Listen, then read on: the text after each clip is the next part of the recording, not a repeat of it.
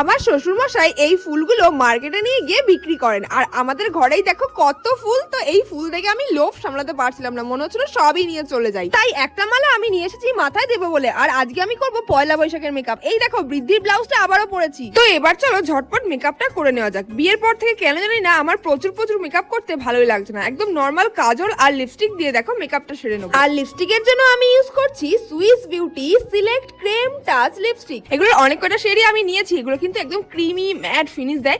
দেখো শেডগুলো কি দারুণ, তাই না?